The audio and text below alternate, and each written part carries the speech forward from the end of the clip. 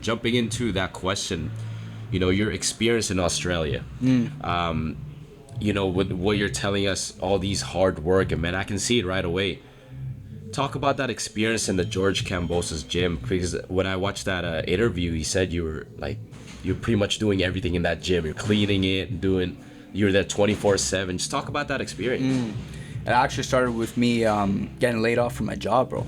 I got laid off, and I kind of got into it with my dad about, like, what are you doing? He was like, what are you doing with your life? Like, you're applying for all these jobs, or you're gonna go chase something? And I was like, shit, man, like, this is it. Because in high school, I was always thinking, I gotta take a big trip. I gotta do it, because I always knew Canada wasn't it, bro. Yep. For boxing, at least, right? I was like, I gotta do a trip. And my dad was like, what are you doing? So as soon as I hung up that phone with him, I remember just going on Expedia or whatever, booking a flight 3 days before. 3 days before. Damn. Yep.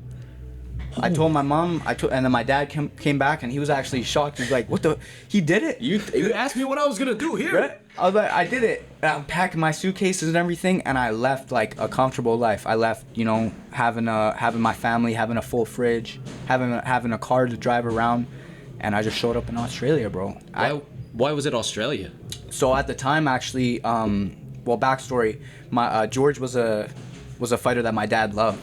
My dad loved George Kambosos before he even fought in the States or anything. I don't know, social media, you see videos and stuff. He's like, this is a good fighter. And I remember always saying, Dad, like, I'm going to go train with him one day. He's like, no, there's no way.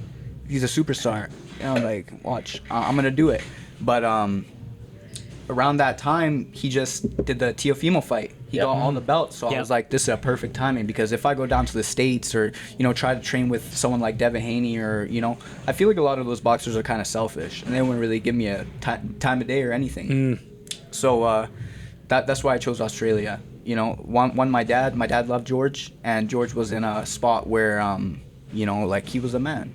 He had the 4 belts. He stood, the whole dream without fear thing, bro. It really it stood out to me, because he was from Australia. It's kind of like the position that I'm in, right? We don't have a big boxing scene or anything like that. And he went out there and he chased the spot where he can get into a mandatory position for Teofimo, and he went out and got it. Yep. He got that shit, bro. Yep. So I look up to George for that. He's just a really big, like, role model for me. How did you get into the gym?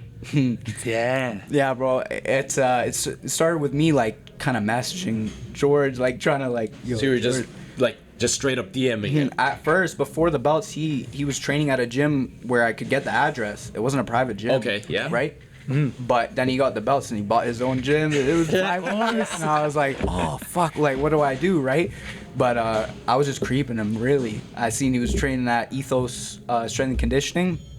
I booked the Airbnb pretty close to that. And as soon as I land, I go to the Airbnb, I throw my suitcase. Like, I remember throwing my suitcases, and I sprinted to this Ethos training, strength and conditioning. I sprinted there, and I'm waiting out there, and I'm sweating, right? And I'm, like, looking at it, there's no one. And I'm like, shit. So I go back, and then I seen on their Instagram that they're training again, so I sprint back, and I walk in, and I'm, like, out of breath.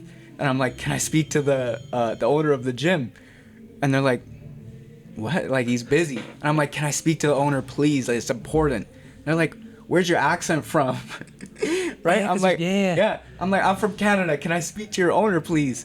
And honestly, thank God for this, bro. The owner, Mir, like, he changed everything for me. Like, he's a really big part in this. Mir comes out, and I shoot him my kind of, like, what I've been trying to figure out on the plane, like, what I'm gonna say to this guy, right?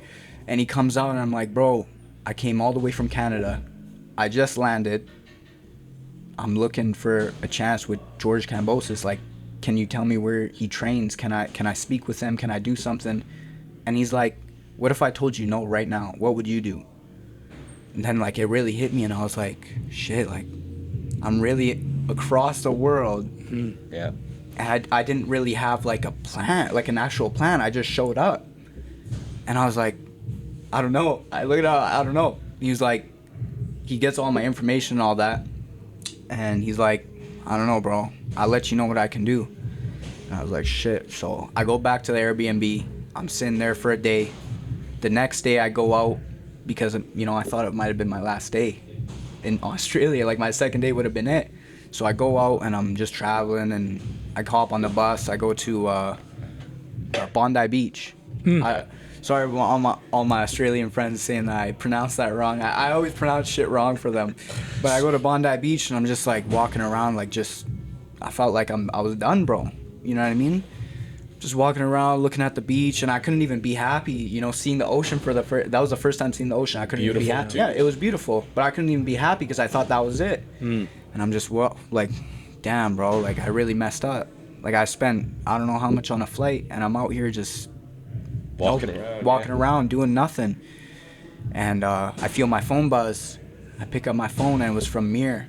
He says, Wow. I still have the text. Dylan, you have a chance. Make the most of it. With the address and the time and the date. It was the next day, and I was like I just started crying, bro. Like there was nothing else that, you know, really made me happy at that moment. Wow. And I was like Mir really changed everything for me. He spoke to George. He told him about me. That's where he got the whole cleaning thing from, because I was like, bro, whatever, like, I'll clean the gym. I'll clean the gym, I'll do whatever, just like get me in with Kambosos. And then the next day I show up like 2 hours early, just because I was like, you're pumped, you're ready. I'm about to see George Kambosos. And I get there 2 hours early, I'm just sitting there. But the thing was, it was just in such a weird location. I thought Mir's just like messing with me. Like, I'm sitting there like, this is not a gym, bro. Right? And then I see a car come through the alley, and Xander Zayas was in it. And I was like, this is it. Yeah, like, Xander's here, and then Xander's sitting in the car, and I'm like staring at him, and he's like, what the fuck is this kid looking at me like that for, right? And I'm like, holy shit, like, I'm seeing pro boxers and shit. And then some more Australian boxers come, and they start like talking to me, and they're like, where the hell are you from? Yeah. Like, I'm from Canada, this and that. And they're like, you know, I tell them like how I got here and everything, and they're like, that's crazy, bro. Like, you're crazy for that. And I'm like still waiting on George, and then I hear like music blasting, and he's coming in his SUV, his whatever SUV he had, and I'm like, my like heart just drops, bro. I'm like, holy shit, that's George Kambosos right there, right? It's crazy because you see all these guys on TV and shit. It's like, wow, man. And he gets out, and I was about to go dap him up, and he walks like right past me, and I was like in my head, I was like, damn, this guy didn't give a shit about me. You know what I mean? He walks right past me. He opens up his gym, and he goes in there, and I walk behind everyone, and I'm like, okay. Start wrapping up, start warming up and everything. And then he's like changing right beside me, and he like looks over, and he's like, are you Dylan? And I was like, yeah, I'm Dylan. And he's like, you know, nice to meet you, bro, this and that. Like, you know, Mir hit me up about you. I'm so happy that you came. And I'm like, thanks, man. He's like, we're sparring tomorrow. I'm going to bring in someone for you if you want to come join us. I'm like, fuck, let's do it, bro. Hell so yeah. they're training. I'm training. I'm in the bag. I'm shadow boxing, the ferocious ring and all that. And it was just a crazy experience, bro. I show up the next day. They loved the way I was sparring and everything. It was just, at the time, I think he was 3 weeks out from Devin Haney. So he ended up leaving to Melbourne like 2 weeks before to get his weight right and get all that right. So there was a coach, his assistant coach, Ronnie Sinclair, that he told me to go to his gym while we're away. And I was like, okay, yeah, sure. So I go and I start training over there, start sparring over there. And my dad was like, he called me and he was like, why don't you go to Melbourne and watch the Devin Haney fight? And I was like, shit, in the nosebleeds? And I was like, fuck, I guess so. So I fly to Melbourne for the fight. I buy a nosebleed ticket, and the fight started. And his dad, Jim, was walking into the tunnel after like the first fight or something like that. And I was like, Jim. And I waved my hand out, and he's like, Dylan. And he like calls me down, and I'm like, shit.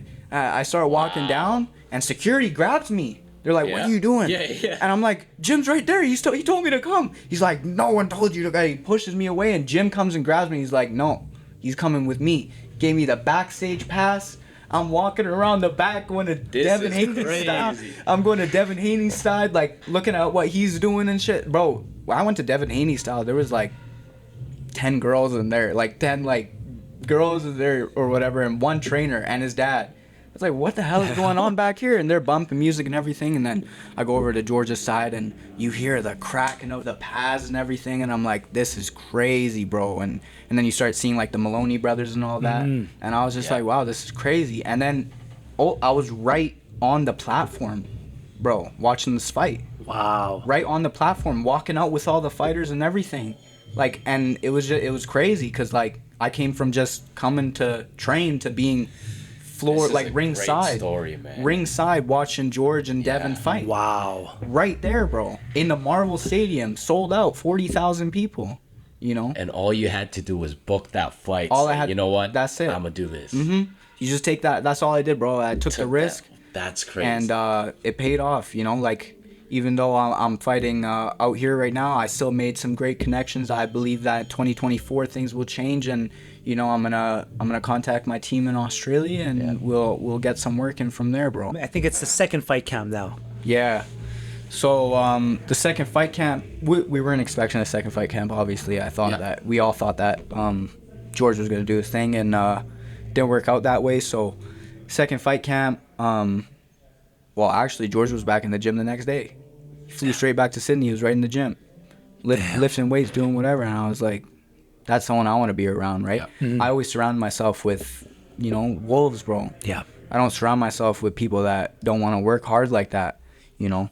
So, yeah, he was straight back in the gym. I was sparring at Focus Boxing a bit, sparring at George's gym a bit, just jumping, seeing what's going on. And one day I go to the gym with his good buddy Huss, and we just pull up to get some rounds in for him. And he's like, before we go in the gym, he's like, be quiet. I'm like, it's like 1 p.m. He's like, yeah, just be quiet. So we go in the gym, and I realized that George is sleeping upstairs. Damn. This second camp changed everything, bro. He ended up flying his family out for a vacation. They went to like Portugal or whatever. His wife and his kids were staying away, and he got like a mattress upstairs and his PlayStation, his TV, his fridge, and he stayed in the gym. Wow. Right? We started sparring. He woke up. I thought like we woke him up. I was like, oh shit, right? But he comes down and he's like, he's in a good mood. Like, it was just training for him at that point, bro. It was crazy to see something like that, cause you know, a lot of these boxers on social media, they'll say that they're putting in the hard work, and you can see it sometimes that they don't. But George, he would just stay in the gym, train in the gym, sleep in the gym, and just like boxing, only boxing. Like he went back upstairs, and I would hear him put on like a old Roberto Duran fight. He would just watch boxing and then train and then go up, watch boxing, sleep, go to Ethos, whatever. Wow. Right? So it was just crazy to see that. That's a great mentality to have, especially, you know, obviously the first fight he lost, but after that he was just like, no man, like taking that loss for a lot of people, especially a lot of fighters, that's gonna be a little bit, you know, discouraging. But changed everything the second camp, where he's like focused more on boxing, and he just lived in the gym. Mind you, he didn't have to do that. Yeah, he was up there writing on his whiteboard like, second time it will be even sweeter. Like all the stuff he said in like pre-fight interviews and all that, like all about being the hunter now. Yeah. He would write that down on the wall, and I would take pictures of everything because it's fascinating to see all this stuff, right? Like can't remember what he wrote down, but it was something like ferocious 2 times, second time will be even sweeter or something like that. And I was like, this is crazy. Absolutely. And in training too, it was just like pure focus. Like when he would hit the bag, he would be like 2 times. And I'd be like, damn, bro, like this is crazy. Damn, yeah. And I aspire to be like that, bro. I just want to be a hardworking guy and someone that, you know, youngins can look up to and be like, I wanna be like that one day. You know, just hungry.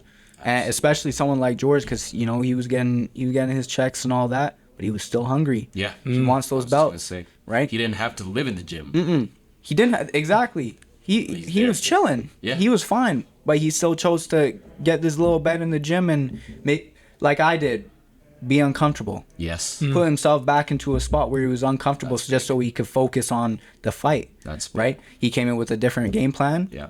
It was working. You know, he did good and everything. But you know, it is what it is. It's boxing, man. It's boxing. It didn't stop him. Now he got a win, and he's on to bigger fights still. And right? the bigger thing is that he's showing fighters that him and Caleb Plant nowadays, they're showing fighters that it's not bad to lose your Oh, absolutely. right? True. Absolutely. Like when he first hopped off the Teofimo fight and straight away went to Devin Haney, I was like, damn, bro.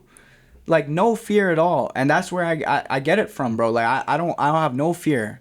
That's why I'm so interested in fighting overseas or in the States or whatever. I'm not afraid to lose it. If George's not afraid to lose it, I'm not afraid to lose it. You know what I mean? I love how you say that because, not to say that, one of the negative things that the Mayweather fight guys is to protect your own. But, man, just taking the challenges, having a loss doesn't matter because what that'll do is that'll just make you a better boxer or a better person. But let's talk about everything that you learned during that experience because, man, number one, that was a great story. Yeah, crazy. Amazing, man. It shows you that literally just by deciding to say, hey, this is going to happen. I'm going to meet George Kambosos and I'm going to learn a lot of things. Yeah. Guess what you did? And you got extra stuff. You're in the whole event, right? But talk about the lessons. I know off camera you were just saying how you went there to learn boxing, but you came back, learned completely different things. Yeah. Obviously boxing still, but talk about that. So yeah, on the flight there and just the build up, I was just like, I'm gonna learn. I'm gonna take this. I'm gonna ask George this. I'm gonna ask George that. I'm gonna talk to his coaches about what I should be. You know what I mean? And I did get a lot of that, and I'm completely grateful for all that and all the trainers and different pro boxers, amateur boxers for helping me with different tips, skills, and all that. But the biggest thing I took away was just wanting to inspire people. You know what I mean? Like I. Every day or a couple days, someone would come up to me or DM me saying, hey man, like you came all the way from Canada. Like that is probably the farthest away. Australia is probably the farthest away from Canada. Hell, man. Right? You left everything. You don't have nothing out here just for this sport. And for that, like you're an inspiration. And when I started getting all these messages and people telling me this, I'm like, wow, man, like it feels different. Like that's what I want to do now. I want to be someone that people can look up to. I want to be someone like George. I want to be someone like Caleb Plant. I want to be a big name in this sport, not only Canadian boxing, but, international. I want to be someone like a Muhammad Ali. Like, why do people remember his name and not, someone like Jack Dempsey or something like that? Because he's doing something different for people that are not in the sport, like not boxing or whatever. He's doing something bigger. And me, like, I just, I want to take kids out gang violence, and I want to take kids out, doing a 9 to 5 that they don't like. If you don't like something, bro, you can go do something else. Absolutely. You can go do what you want to do. Don't do it just because, like it's what you have to do. Like, do something different. Be happy with your life. Because at the end of the day, we only get one, bro. Facts. You know what I mean? We only get one life, so do something that you want to do. And something that makes you happy, man, because, as cliche as it sounds, man, YOLO. You only get Yo, one life, bro. Yeah, that's facts, man. Facts, bro. And like the one thing I will give you praise on, bro, it's like you took the risk to go into Australia, not knowing if it would work out or not, right? But you had the vision, and you believed in it so much. Manifestation. It happened, right? Like you can do literally whatever you want in this world, right? The choice is whether you're going to actually act on it or you don't. Absolutely. Yeah. Imagine if you didn't.